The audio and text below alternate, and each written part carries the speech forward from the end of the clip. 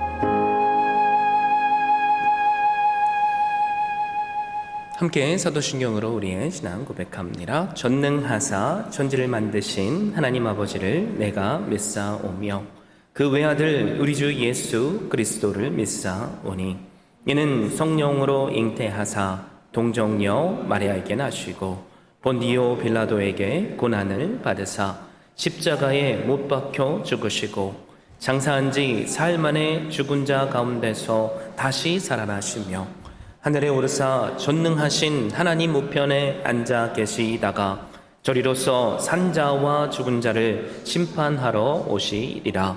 성령을 믿사오며 거룩한 공회와 성도가 서로 교통하는 것과 죄를 사하여 주시는 것과 몸이 다시 사는 것과 영원히 사는 것을 믿사옵나이다. 아멘. 다 앉으셔서 하나님께 찬양 드립니다.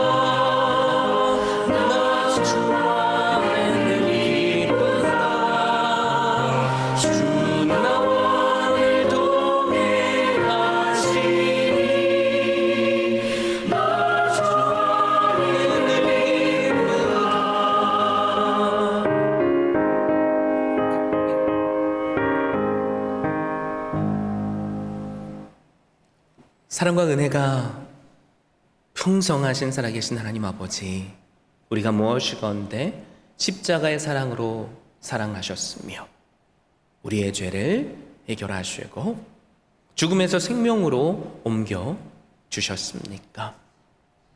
그 십자가의 사랑을 생각하면 우리 안에는 감사가 넘칠 수밖에 없고, 우리의 오늘은 새롭게 허락하신 하나님의 선물이 아닐 수 없으며, 비록 내일이 보이지 않아도 현실이 우리를 짓누르고 있어도 주 안에서 나와 함께 하시는 주님이 나를 이끄시기에 우리는 오늘을 걸어갈 수 있음을 믿습니다. 그 발걸음을 옮겨 이 시간 무엇보다도 하나님 나라와 의를 구하는 심령으로 주님 앞에 나왔습니다. 하나님, 우리의 입술을 열어 간구할 때 우리의 기도에 응답하여 주시옵소서.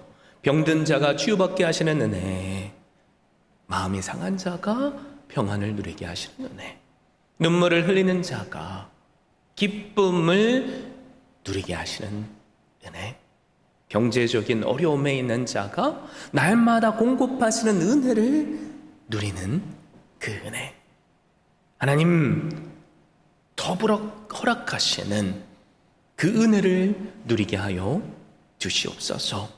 그러기에 우리 자신을 돌아봅니다. 우리 안에 죄악된 모습이 있습니다. 입술을 열어 하나님 앞에 우리 죄를 고할 때 용서하시고 우리를 다시 받아주시며 다시 일어서게 하시는 그 사랑을 누리게 하여 주시옵소서. 말씀이 너희 안에 거하고 너희가 내 안에 거하면 원하는 것이든 무엇이든지 구하라, 그러면 이루리라 하셨습니다. 이 시간 우리의 마음의 모든 걱정 근심을 아버지께 맡겨드리고 내 마음을 청결히 비운 후 말씀을 담겠습니다. 그 말씀이 스스로 살아서 역사하셔서 우리로 살게 하시는 능력이 되어 주시옵소서. 강단에서 선포되어지는 그 말이 사람의 말이 아니라 과연 하나님의 말씀인 줄 알고 또 순종하게 하셔서 오직 순종하는 자만이 누리는 하나님께서 허락하시는 기적과도 같은 은혜를 누리게 하여 주시옵소서. 함께 합력하는 순교지들 위해서 기도합니다. 니카라가 예수사랑교회 파키스탄 창세국제학교, 하나님의 계획하심이 그 땅에도 있음을 믿습니다. 주님께서 일꾼들을 보내셨으니 충성하게 하시고 충성하는 자가 누릴 법한 열매도 허락하여 주시옵소서. 우리의 오늘 하나님께서 허락하신 매 순간의 자리가 선교지임을 믿습니다. 만나는 사람들에게 삶으로 또 입술을 열어서 복음을 증거하게 하셔서 우리를 통해서 우리의 가정이 복된 가정이 되게 하시고 우리의 이웃이 주님을 알게 하시고 우리의 주의 믿음의 공동체가 더불어 허락하시는 지경이 넓어지게 하시는 은혜 누리게 하여 주시옵소서. 그러기에 남녀노소 이 시간 주님께서 먼저 공급하시는 기쁨을 누리기를 소원합니다. 하나님, 그 기쁨을 그 무엇에게도 뺏기지 않기를 소원합니다.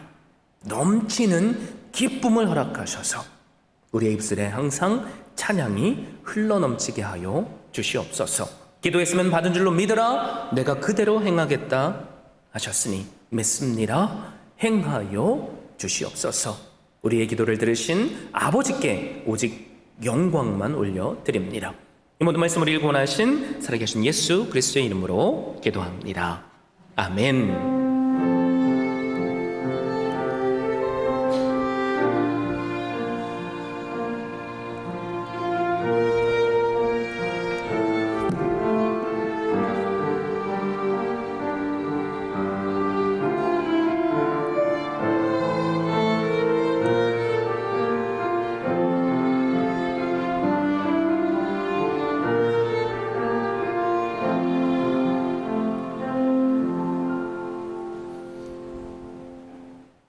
기쁜 주일이죠. 이 시간 우리에게 하나님께서 허락하신 말씀 보겠습니다. 느헤미야 8장 9절에서 12절 말씀입니다. 백성이 율법의 말씀을 듣고 다 우는지라. 총독 느헤미야와 제사장 겸 학사 에스라와 백성을 가르치는 레위 사람들이 모든 백성에게 이르기를, 오늘은 너희 하나님 여호와의 성일이니 슬퍼하지 말며 울지 말라 하고,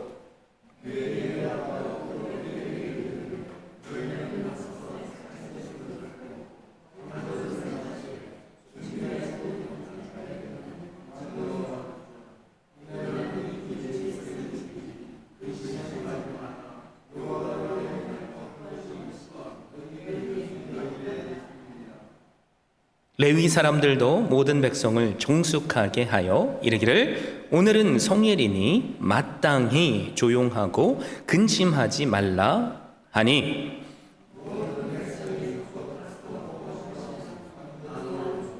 크게 즐거워하니 이는 그들이 그 읽어 들려준 말을 밝히 알미라. 아멘. 저는 이 기쁜 주일에 주신 말씀을 힘입어서 여호와를 기뻐하는 것이 힘이니라 라는 제목으로 말씀을 증거하고자 합니다. 오늘은 한 가지 질문으로 말씀을 열고 싶은데요, 그 질문에 곰곰이 생각하고 한번 스스로 대답해 보세요.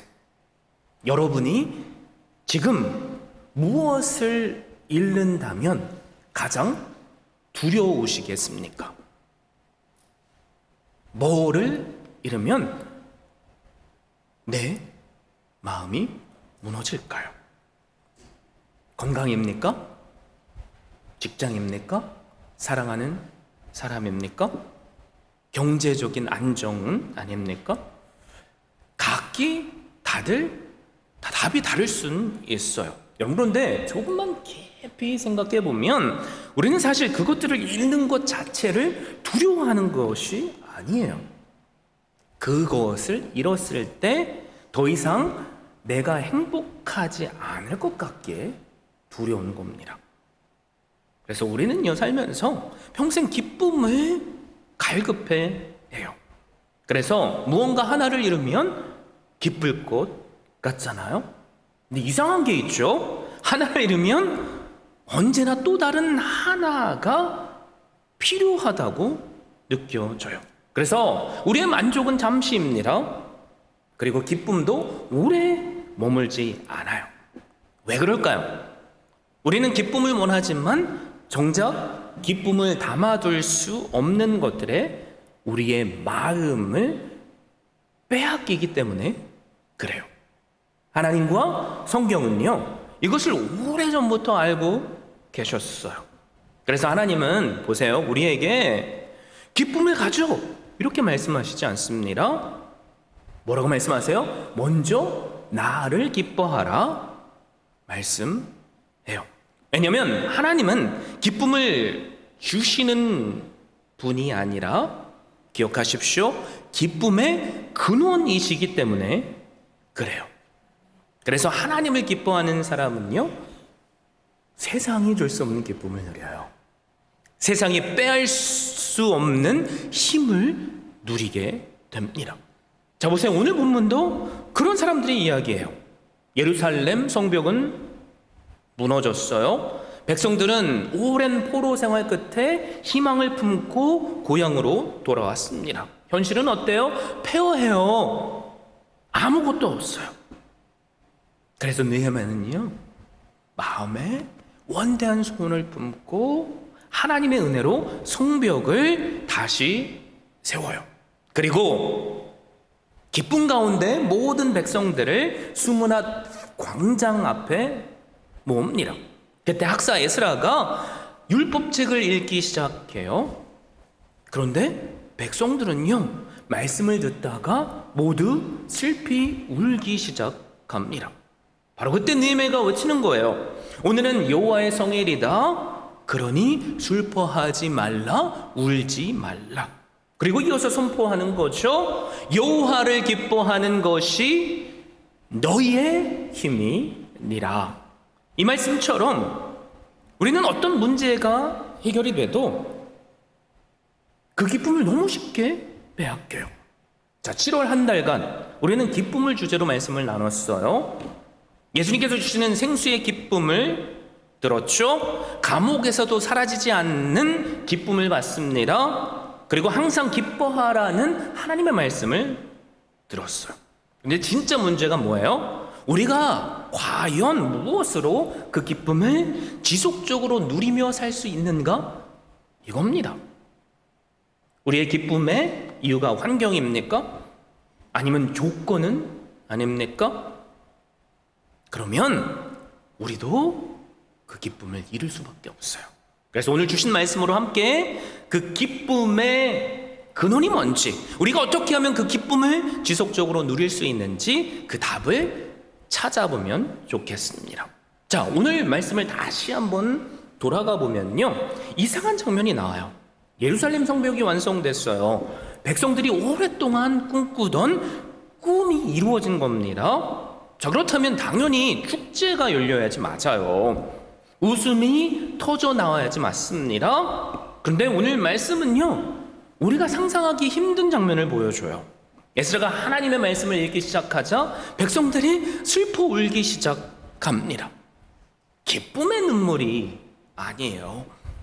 그래서 성경을 읽으면서 우리는 아니 왜 좋은 날에 하나님의 말씀도 들었는데 이 사람들은 울지? 이렇게 질문할 수밖에 없어요.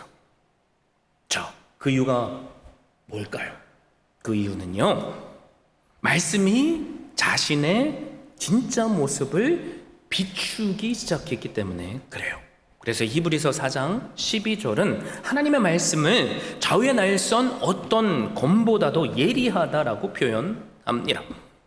수술칼은요, 겉만 베는 것이 아니죠, 속을 드러내요. 말씀도 마찬가지입니다. 말씀은 내 행동만 보게 하는 것이 아니라 내 마음을 드러내요. 내 욕심을 드러내고요, 내 상처를 드러내요. 그리고 내가 의지하고 살아가는 것들이 무엇인지를 깨닫게 만듭니다. 그래서 백성들은요, 율법을 들으면서, 하나님의 말씀을 들으면서, 맞아, 내가 하나님 없이도 잘 살고 있다고 착각했구나. 내가 하나님보다 더 많은 것들을 의지하고 살았구나. 이것을 깨달았던 거예요. 그리고 눈물을 흘렸던 거죠. 자, 이스라엘 백성들처럼 우리도 보통 내 부끄러운 모습과 죄를 발견하면 두 가지 반응을 합니다. 하나는 도망가고 숨는 거예요. 그게 제일 쉬우니까요. 또 다른 하나는요, 나 스스로를 정죄하는 거예요. 나는 안 돼. 이런 나를 하나님께서 여전히 사랑하실까? 않을 거야. 라고 말하며 말이죠. 그런데 하나님은요, 느헤미야를 통해서 울고 있는 백성들에게 뭐라고 말씀하십니까? 슬퍼하지 말라라고 하세요. 왜 그럴까요? 기억하세요. 말씀의 목적은요, 정죄에 있지 않기 때문에 그래요.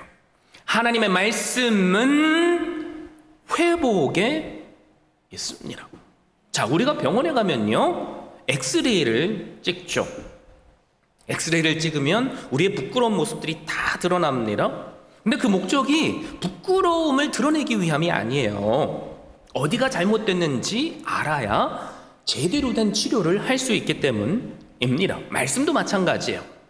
하나님의 말씀은 때때로 우리를 창피하게 만듭니다. 그런데 그것의 목적에 있지 않아요. 우리의 죄를 드러내시는 것의 목적이 있는 것도 아닙니다. 우리를 살려주시기 위함이에요. 사실 우리가 오늘을 얼마나 열심히 살아갑니까?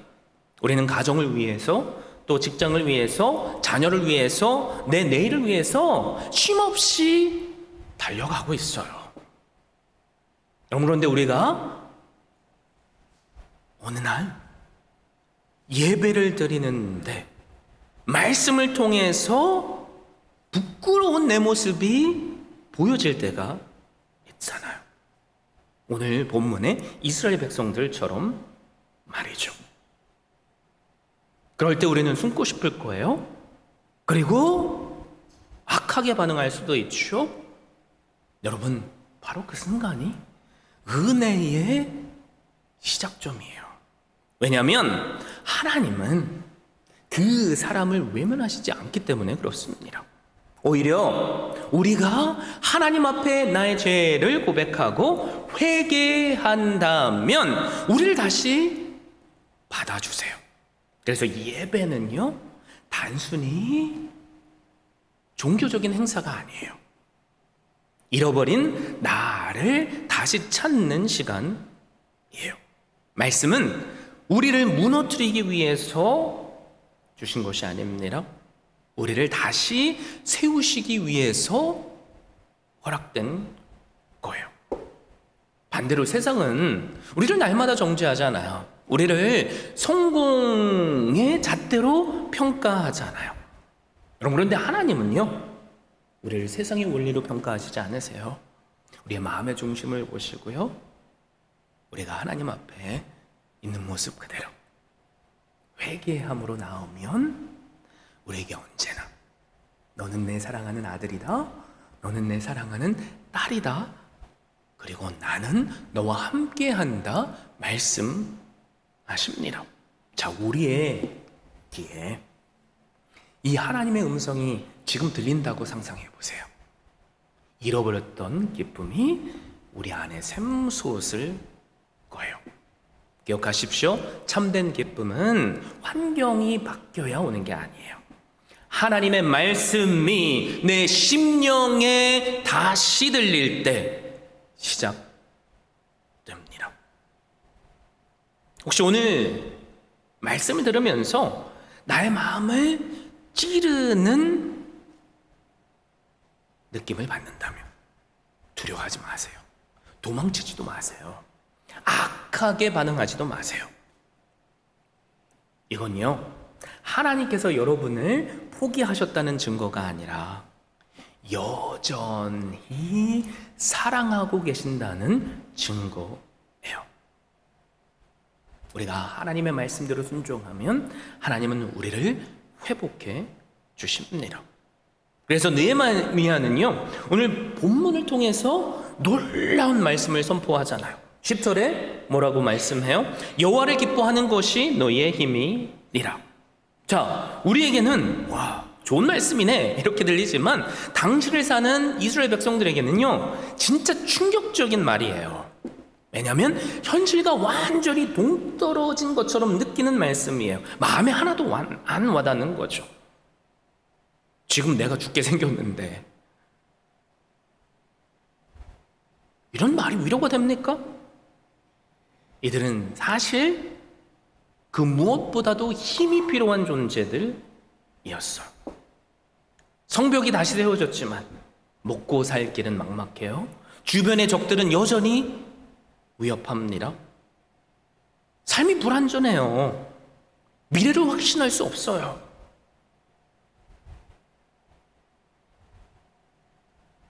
그런데 그럼 그들에게 하나님은 나를 기뻐해, 그것이 너의 힘이야 라고 말씀하시는 거예요.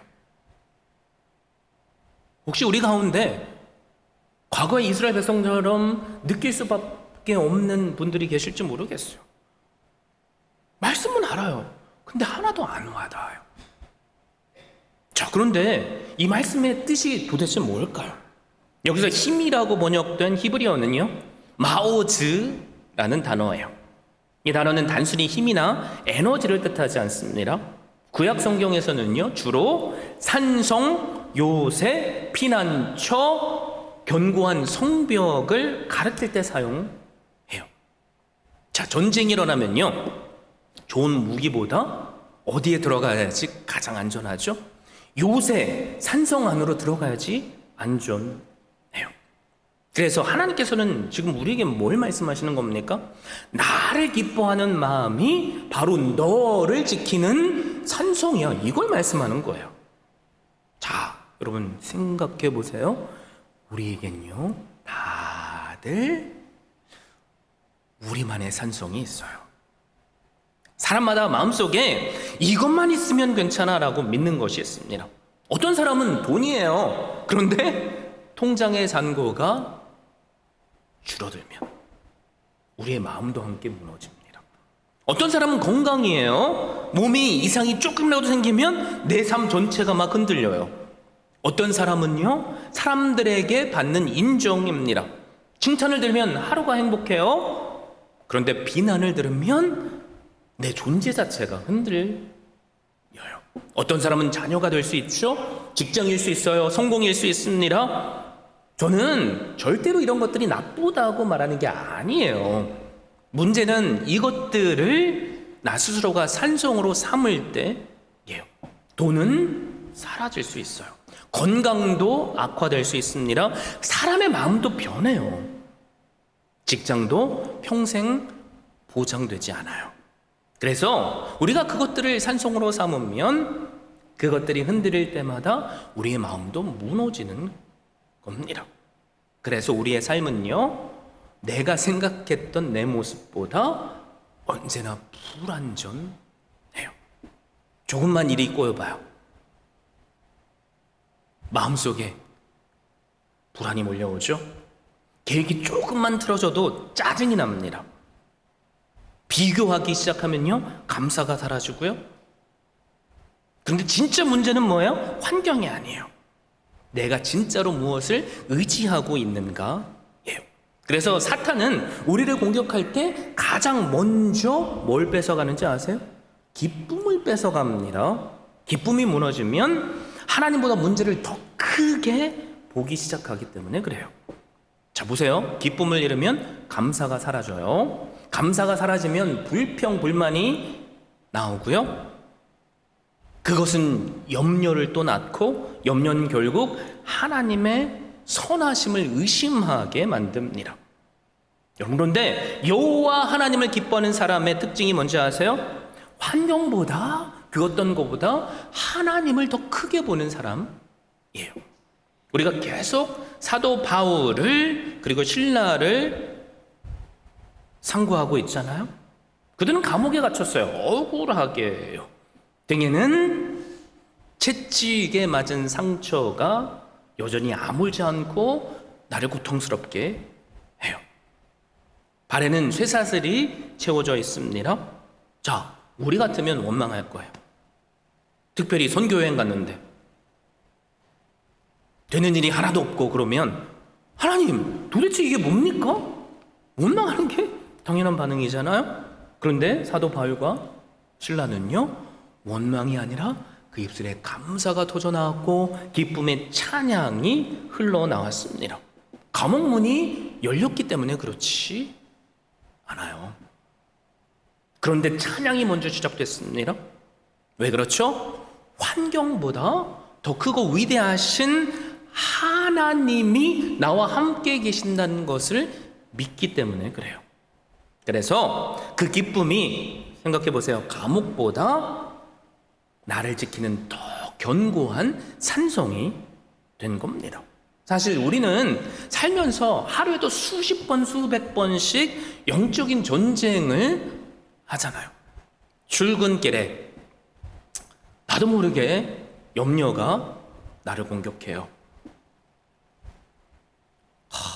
정말로 악질 같은 커스터머를 만나면 어떡하지? 그런 생각이 들 때가 있어요. 자녀들을 학교에 보내고 일터에 보냈는데 사고가 나면 어떡하지? 오늘 좀 컨디션이 안 좋은데 내가 혹시 죽을 병에 걸린 건 아닌가? 이런 생각이 우리를 공격하잖아요. 하나님은 물론 이런 생각들마저도 고쳐주실 수 있지만 이게 하나님의 첫 번째 목표가 아니에요. 하나님은 먼저 우리의 마음에 새로운 산성을 세우시기를 원하십니다. 그래서 우리가 이 하나님을 믿는다면 환경이 아니라 예수님 안에 거할 수 있는 거고요. 하나님의 신실하심 안에 거하며 하나님 자체를 우리의 산성으로 삼을 수 있어요.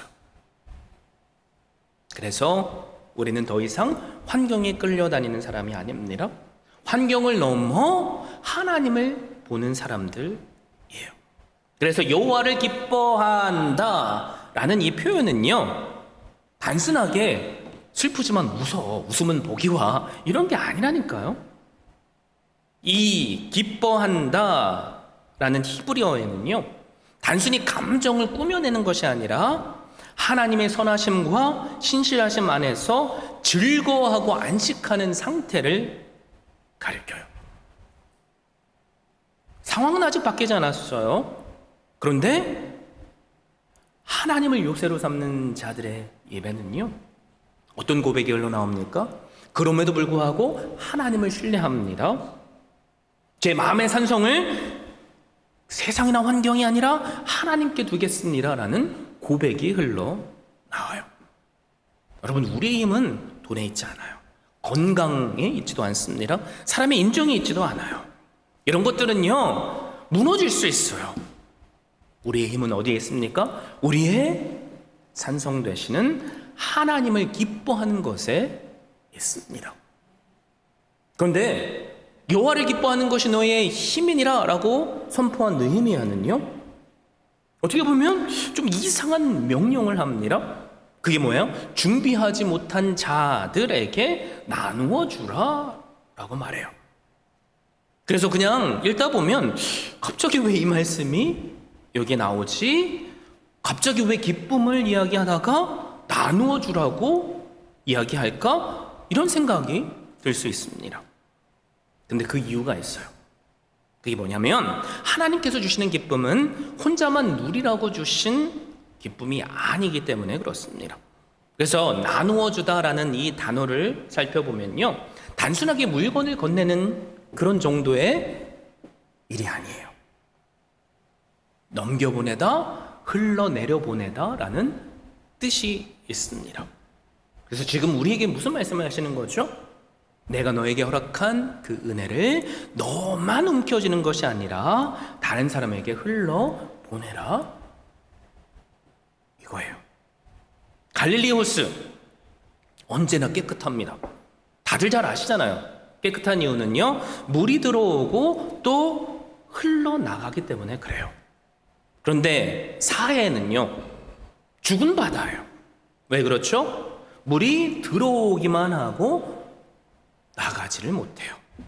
생명이 살 수 없는 바다가 된 거죠. 우리의 신앙도 마찬가지예요. 은혜도 그렇고 기쁨도 그래요. 흘러갈 때 그것을 누릴 수 있습니다.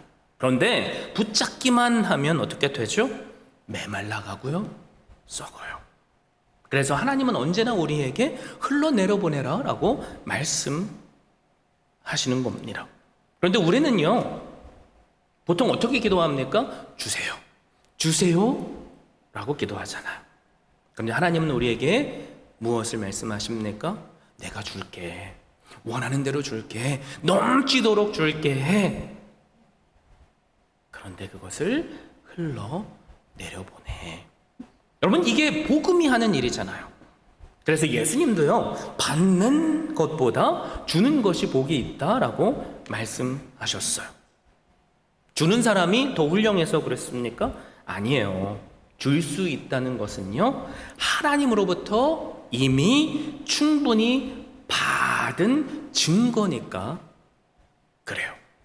그래서 우리가 도대체 나는 없는데 뭘 줘야 하지? 내 형편이 이렇게 안 좋은데? 이런 생각을 할 수 있지만, 하나님께서 우리에게 원하시는 건 거창한 일이 아니에요. 낙심한 가족이 있다면 함께 손을 잡고 기도하는 겁니다. 그 기도의 한마디 한마디가 그 영혼을 살리는 하나님의 힘이 돼요. 직장에서 또 학교에서 늘 혼자 있는 사람에게 함께 점심을 먹어주는 것, 함께 대화하는 것, 여러분, 그 작은 표현이요, 그 사람을 살리는 힘이 될 수 있어요. 병상에 누워있는 성도를 위해서 내가 바쁘더라도 짧은 문자 한 통을 보내는 것이 그 사람을 살리는 힘이 될 수 있습니다. 그리고 기도할 때 누군가의 이름을 부르며 하나님께 드리는 기도가 그 사람을 살리는 힘이 될 수 있어요. 자, 우리도 알 수 있는 거잖아요. 하나님은요, 이런 작은 일들을 통해서 무너진 마음을 다시 세우십니다. 자, 느헤미야가 나누어 주라라고 한 그 대상자들은요, 어떤 사람들일까요? 축제 자리에 나왔는데 먹을 게 없는 사람이에요. 불쌍한 사람들입니다. 그들에게 빵 한 조각이 나눠진다면 얼마나 감동했겠어요. 그런데 우리의 주변에도요, 준비하지 못한 사람이 있을 수 있어요. 우리의 얼굴은 미소를 짓고 있지만 숨겨진, 무너진 마음을 가진 사람이 있을 수 있고요. 교회에 주님 앞에 나왔지만 외로운 영혼이 있을 수 있고요. 경제적으로 또 이런저런 모양으로 지친 영혼이 있을 수 있어요. 겉으로 볼 때는 괜찮아 보여도 그 속은요, 아프고 울고 있는 사람이 있을 수 있습니다. 여러분, 우리가 할 수 있는 것은 저 아프리카 멀리 선교지에 가서 그들에게 복음을 전하는 것도 너무나도 귀한 일이지만, 우리의 옆에, 특별히 내 옆자리에 있는 믿음의 형제에게, 믿음의 자매에게 한마디 따뜻한 위로를 전하는 거예요. 그러면 그 한마디 말이 나로 살아가게 하는 힘이 됩니다. 그래서 복음은요, 언제나 받은 사랑이 흘러가는 이야기예요. 그렇죠? 생각해 보세요. 우리가 얼마나 큰 복을 받았어요. 죄로 죽을 수밖에 없는 우리를요, 하나님은 먼저 사랑해 주셨어요. 그렇죠? 예수 그리스도를 보내주셨어요. 우리가 계속 예수 그리스도를 거부했을지라도 말씀이 우리의 귀에 들리게 하셨고요, 우리의 입술로 우리의 죄를 자백하며 예수 그리스도는 나의 구주이십니다 라는 고백을 하게 해주셨습니다. 이게 얼마나 큰 은혜예요. 저에게 소망이 있다면 저부터라도 우리의 삶의 현장에서 우리의 귀에 들려지는 말이 왠지 당신과 함께 있으면 좋아요. 왠지 당신과 이야기하면 제 마음이 편해요. 이런 말을 들었으면 좋겠습니다. 이게 받은 은혜를 흘러내려보내는 삶이잖아요. 사실 우리도 얼마나 쉽게 기쁨을 잃어버립니까? 교회에 큰 기대감을 가지고 왔는데 누군가 옆에서 에이, 옷이 그게 뭐예요? 이런 말을 들으면 여러분 어떠세요? 화가 나죠. 자기가 뭔데 내 패션을 평가하고 난리야? 자기나 잘 입지. 예배 자리에 있는데 말씀이 들릴까요? 그 사람은 그냥 1시간 동안 묵상하잖아요. 내가 어떻게 목사할 수 있을까? 이게 우리예요. 그래서 우리의 진짜 문제는 뭡니까? 환경에 있지 않고 내 안에 잠재된 죄에 있어요. 성경은 죄를 뭐라고 말해요? 나쁜 행동이라고 말하지 않잖아요. 하나님보다 다른 것을 더 사랑하며 살아가는 삶입니다. 하나님을 예배하는 자리에 있는데 지금 누군가의 한마디 때문에 뭘 더 사랑하게 됐어요? 미움을 막 더 사랑하게 됐잖아요. 그래서 죄는요, 순간순간마다 우리를 하나님으로부터 멀어지게 만드는 모든 것이에요. 그래서 다윗은 시편 51편에서 자기의 죄를 회개하며 어떤 고백을 했냐면, 주의 구원의 기쁨을 내게 회복시켜 주소서, 이렇게 기도했어요. 제가 구원의 기쁨을 뺏어간다는 것을 알았기 때문이에요. 그래서 우리는요, 내 힘으로, 내 노력으로는요, 이 기쁨을 날마다 잃어버릴 수밖에 없습니다. 그래서 감사한 게 뭐예요? 십자가잖아요. 내가 할 수 없는 죄 문제를 예수님을 보내셔서 대신 해결해 주셨습니다. 내가 받아야 할 심판을 예수님께서 대신 주셨고요, 내가 죽어야 할 자리에서 예수님께서 대신 죽어 주셨기에 우리는 그분으로부터 흘러내려오는 기쁨을 누릴 수 있는 거예요. 그분께서 부활하셨기에 아하, 예수님을 믿는 자는 영원한 생명을 누리는구나 라는 것을 깨닫게 해주셨어요. 그래서 우리의 기쁨은요, 환경에 있지 않습니다. 예수님께서 나를 위해 죽으셨고 지금도 살아계시며 영원히 나와 함께 하신다는 믿음에서 시작돼요. 환경은 바뀔 수 있어요. 감정도 변합니다. 사람도 떠날 수 있어요. 그런데 십자가와 부활은 변하지 않아요. 그래서 우리는요, 기쁨을 만들어내는 사람이 아니라 십자가에서 이미 주신 기쁨을 누리는 사람이에요. 제가 종종 예로 드는 목사님이 계십니다. 독일의 신학자이자 목사인 디트리히 본회퍼 목사님이에요. 히틀러 정권에 맞서 복음을 전하다가 감옥에 갇혔어요. 이제 곧 사형을 당할 처지입니다. 여러분은 만약에 그런 상황이라면 가족에게, 친구에게 어떤 편지를 쓰겠어요? 눈물을 뚝뚝 흘리며 편지가 다 젖을 정도로 하소연해야겠죠? 그런데 이분의 편지에는요, 놀랍게도 이렇게 적혀 있었어요. 감사는 과거의 의미를 잊게 만들고 현재를 평안하게 하며 미래를 소망으로 이끕니다. 이 한 문장에 그분의 믿음이 들어있잖아요. 그리고 1945년 4월 그는 결국 처형됩니다. 그런데 마지막 순간까지 옆에 있었던 군의관이 훗날 뭐라고 고백하냐면요, 나는 이분처럼 하나님께 전적으로 자신을 맡기고 평안하게 죽음을 맞이하는 사람을 본 적이 없습니다. 놀랍죠? 죽음의 순간에 어떻게 이런 평안을 누릴 수 있었을까? 그 이유가 뭡니까? 십자가에서 자신을 끝까지 사랑하신 예수님을 믿었기에 그 안에 담겨진 기쁨을 그 무엇으로도 빼앗기지 않았던 거예요.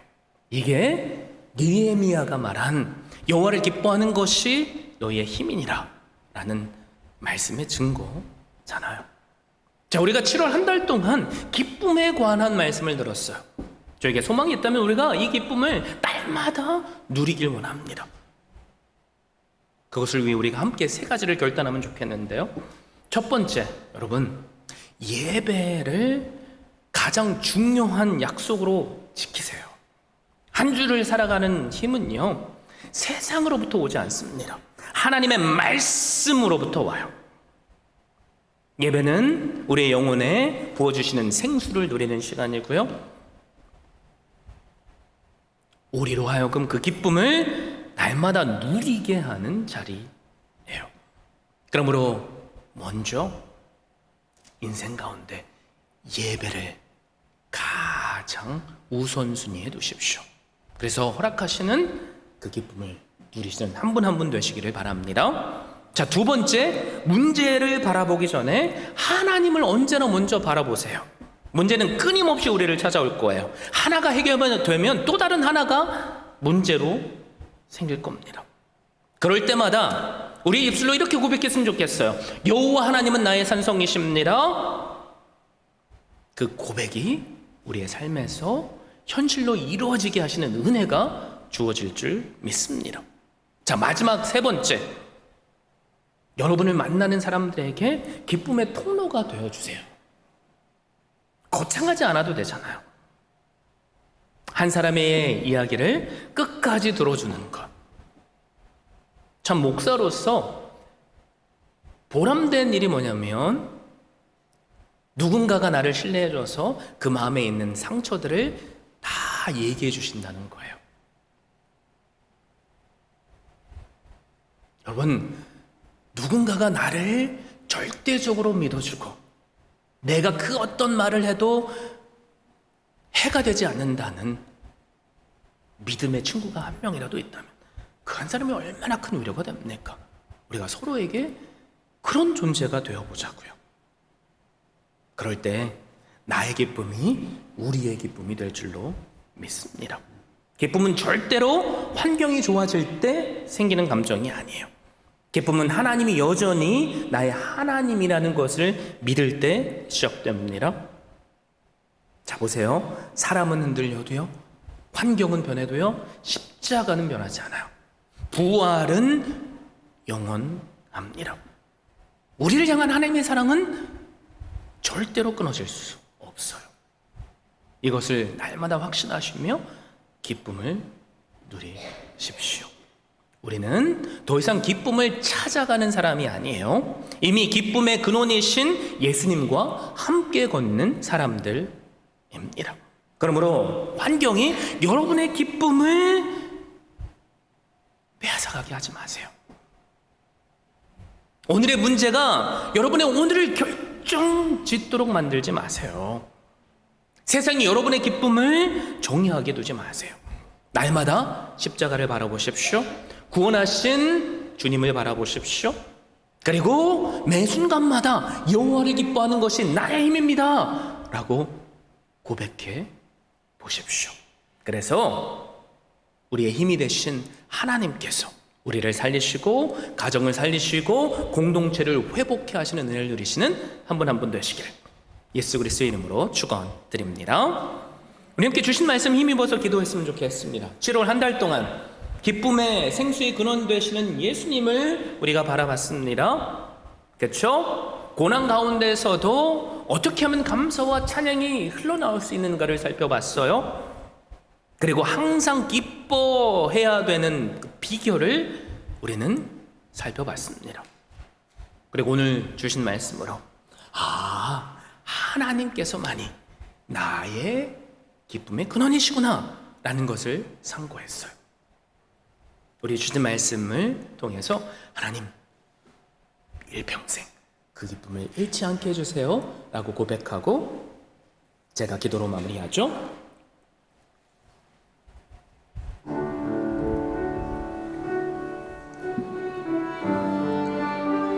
하나님 아버지 감사합니다. 이 시간 주님 앞에 왔습니다. 하나님 맞습니다. 우리는 방금까지 충만하게 누렸던 기쁨을 한 사람의 말 때문에 이런저런 일도 쉽게 잃어버리는 자들입니다. 하나님 우리의 기쁨이 환경에 있기 때문은 아닙니까?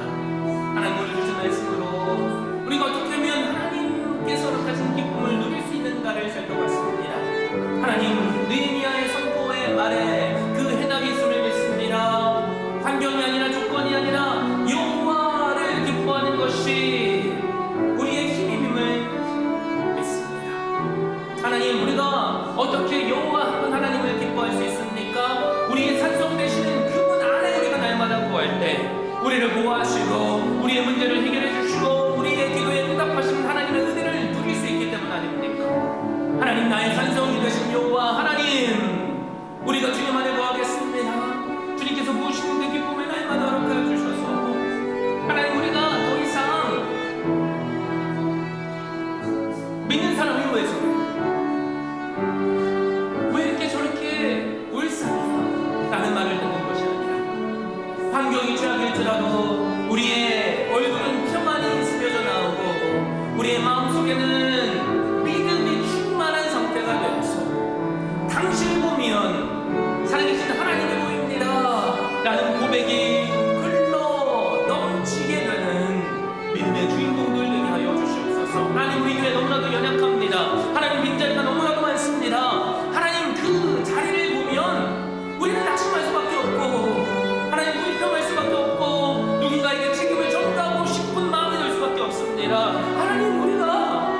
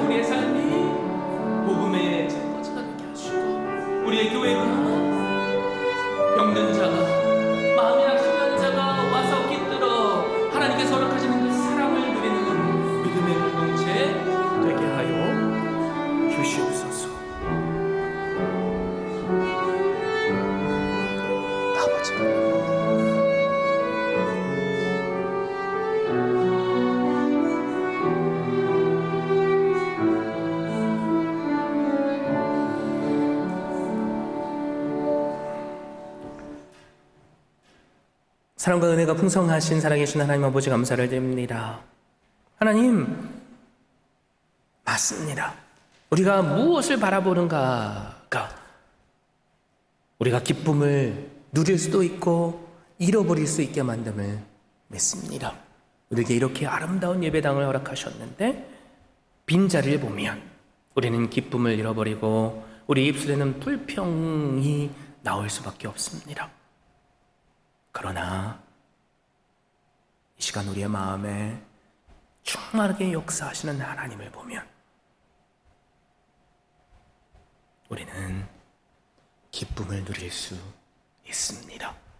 그리고 그 기쁨을 가지고 빈자리를 보면서 하나님께서 어떻게 우리 교회에게 이 좋은 건물을 허락하셨기에 이 빈자리를 채워주실까 소망을 품을 수 있음을 믿습니다. 하나님, 우리가 이 동일한 소망을 품기를 원합니다. 그래서 하나님의 때에 허락하시는 그 지경이 넓어지게 하시는 은혜 누리게 하여 주시옵소서. 현실이 아니라 현실보다도 크고 위대하신 하나님을 바라보겠습니다. 그리고 우리의 산성 되시는 주님 안에 우리가 먼저 거하며 우리를 지키시고 보호하시고 인도하시는 그 사랑을 누리며 먼저 기뻐하겠습니다. 그리고 오늘 말씀처럼 그 기쁨을 나누어 주겠습니다. 그래서 우리가 있는 곳에 우리로 하나님께서 허락하신 평안을 누리는 자들이 일어나게 하여 주십시오. 우리의 귀에 그래서 내가 당신과 함께 있으면 너무나도 좋습니다. 위로를 받습니다. 그 비결이 무엇입니까? 라는 질문을 듣게 하시고 그 질문을 들을 때 우리 마음속에 품게 하신 소망에 관한 이유를 복음으로 전하게 하셔서 날마다 영혼을 살리게 하시는 그 자리에까지 나아가게 하여 주시옵소서. 하나님, 이 시간 주님의 자녀들 영혼 마음을 만져주시고 말씀으로 위로하여 주셔서 내가 얼마나 하나님께 사랑받는 존재인지, 하나님만이 나의 기쁨이 되시는지, 여호와를 기뻐하는 것이 왜 힘이 되는지 깨달아 알아 날마다 그 기쁨을 누리게 하여 주시옵소서. 그러므로 믿음으로 간구합니다. 우리의 기도를 들으시고 치유의 은혜, 회복의 은혜, 다시 일어서게 하시는 은혜, 지경을 넓혀주시는 은혜를 허락하여 주시옵소서. 허락하신 은혜가 크기에 따로 구별해서 예물도 드립니다. 드려진 모든 것을 통해 하나님의 나라가 우리 교회를 통해 이 땅에 이루어지게 하여 주시옵소서. 이 모든 말씀을 원하신 살아계신 예수 그리스도의 이름으로 기도합니다. 아멘. 너무나도 잘 오셨습니다. 우리 이번 2026년 주님께서 우리에게 주신 비전이 있죠. 지경을 넓히는 가서 제자 삼는 교회 되라고 하셨어요. 우리에게 예배해 주신 지경이 이미 넓어 있잖아요. 그죠? 이렇게 아름다운 예배당이 있습니다. 여기가 꽉 차면 우리는 속으로 더 큰 예배당을 지어야 하나? 라는 생각이 들 수 있는데 하나님께서 보내주실 때 우리는 기쁨으로 그들을 영접하면 돼요. 우리가 그날을 함께 소망하며 나 한 사람부터 기쁨을 누리면서 누군가가 우리 교회에 첫 발을 들일 때 집사님 때문에, 장로님 때문에 제가 이 교회가 그냥 가족처럼 느껴져요. 함께 하고 싶어요 라는 그 말을 들었으면 좋겠어요. 그럴 때 그것이 우리의 기쁨이 되지 않겠습니까? 우리 7월 한 달 동안 내 안에 솟아나는 기쁨이라는 주제로 말씀을 나눴죠? 여러분, 그 기쁨을 날마다 잃지 마시고 주님 앞에 서는 그날까지 누리시기를 바랍니다. 목장 8월까지 방학하죠? 우리 1년 1독, 오늘 말씀처럼 하나님 말씀이 우리를 살리시는 능력이에요. 성경 1독 도전하시고 또 다들 성공하시면 좋겠습니다. 우리 환우분 계시고요. 그리고 아프신 분들이 있고 또 출타하신 분들이 있죠. 더운 날씨 속에 아프면 참 고생인 것 같아요. 우리 생각나게 하실 때마다 함께 기도로 동행하며 나의 말이 또 보내는 문자 하나가, 메시지 하나가 서로에게 위로가 될 수 있기를 바랍니다. 다른 광고 없으시면 함께 일어나셔서 620장 찬양 드립니다.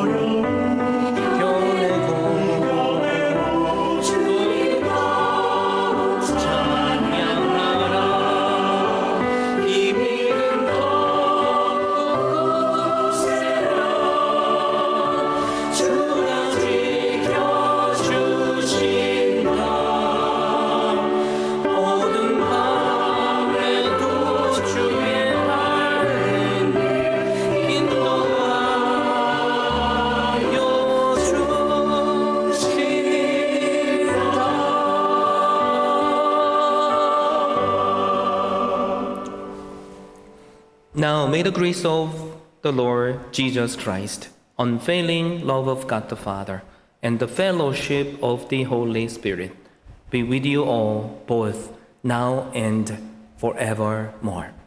지금은 우리 주 예수 그리스도의 은혜와 아버지 하나님의 극진하신 사랑하심과 성령 하나님의 감동 감화 교통하시는 은혜가 여호와 한 분 하나님께서 나의 산성이 되시기에 하나님을 기뻐하는 것이 나의 힘임을 확신하며 날마다 기쁨의 통로로 살아갈 것을 다짐하며 이 자리에 모인 모든 이들에게 이제부터 영원까지 함께 하시기를 간절히 축원하옵나이다.